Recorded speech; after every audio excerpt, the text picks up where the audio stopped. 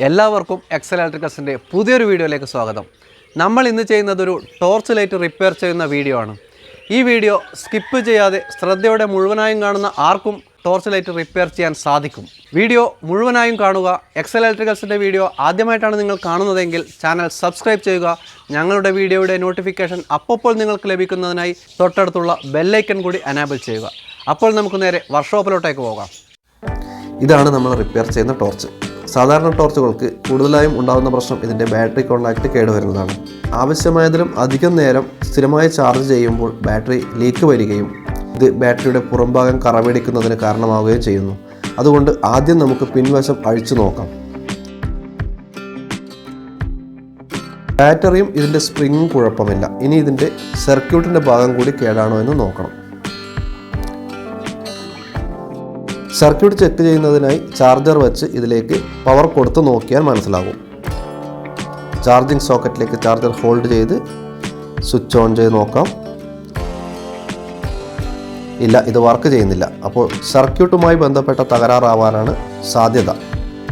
അത് ചെയ്യുന്നതിനായി നമുക്ക് സർക്യൂട്ടിൻ്റെ ഭാഗം അഴിച്ചു നോക്കാം.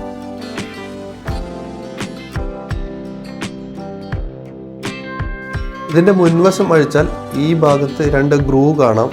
ഇതിൽ ഒരു ട്യൂസറോ അല്ലെങ്കിൽ ന്യൂസ് പ്ലെയറോ അതുപോലെ എന്തെങ്കിലും വെച്ച് തിരിച്ചാൽ ഇത് എളുപ്പം അഴിഞ്ഞു കിട്ടും.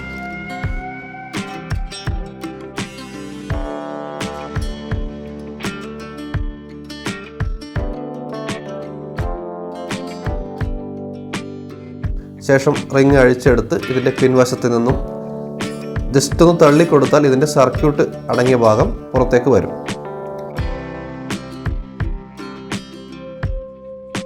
ഇത് രണ്ടായി പകുത്താൽ അകത്ത് സർക്യൂട്ടാണ്.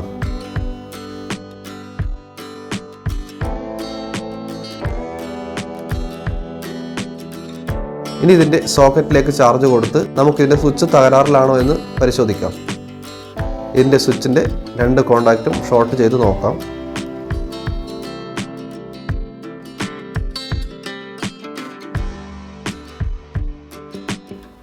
ഷോർട്ട് ചെയ്യുമ്പോൾ ടോർച്ച് കത്തുന്നുണ്ട്. അപ്പോൾ ഇതിൻ്റെ പ്രശ്നം സ്വിച്ചാണ്.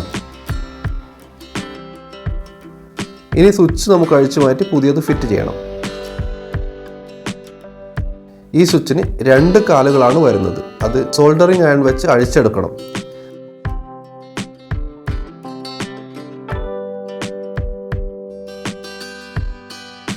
ശേഷം ആ ഭാഗത്തെ ലെഡൊക്കെ ഒന്ന് വൃത്തിയാക്കി നമുക്ക് സ്വിച്ച് ഫിറ്റ് ചെയ്യാം. ഇങ്ങനെ ചെയ്യുമ്പോൾ ഇതിൻ്റെ മറ്റു ഭാഗങ്ങളിൽ സോൾഡറിങ് അയൺ തട്ടാതെ നോക്കണം. കാരണം ഷോർട്ട് സർക്യൂട്ട് വരാൻ സാധ്യതയുണ്ട്. ഇനി പുതിയ സ്വിച്ച് ഫിറ്റ് ചെയ്യാം. ഇതാണ് ഇതിൻ്റെ പുതിയ സ്വിച്ച്. പഴയതിൻ്റെ സെയിം സ്വിച്ചാണ്. ഇതിൻ്റെ 2 കാലുകളും നമ്മൾ അഴിച്ച ഭാഗത്ത് ചേർത്ത് വെച്ച് സോൾഡർ ചെയ്താൽ മതിയാകും.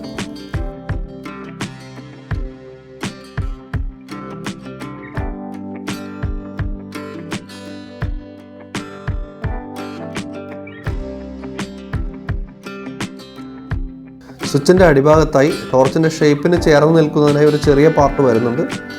ഇത് സ്വിച്ചിനടിയിലായി ചേർത്ത് വയ്ക്കുക. ഇനി നമുക്ക് ഒന്നുകൂടി പവർ കൊടുത്ത് വർക്ക് ചെയ്ത് നോക്കാം. യെസ്, നമ്മുടെ ടോർച്ച് ശരിയായി കഴിഞ്ഞു. ഇത്രയേ ഉള്ളൂ. ഇനി ഇത് ഫിറ്റ് ചെയ്താൽ കഴിഞ്ഞു.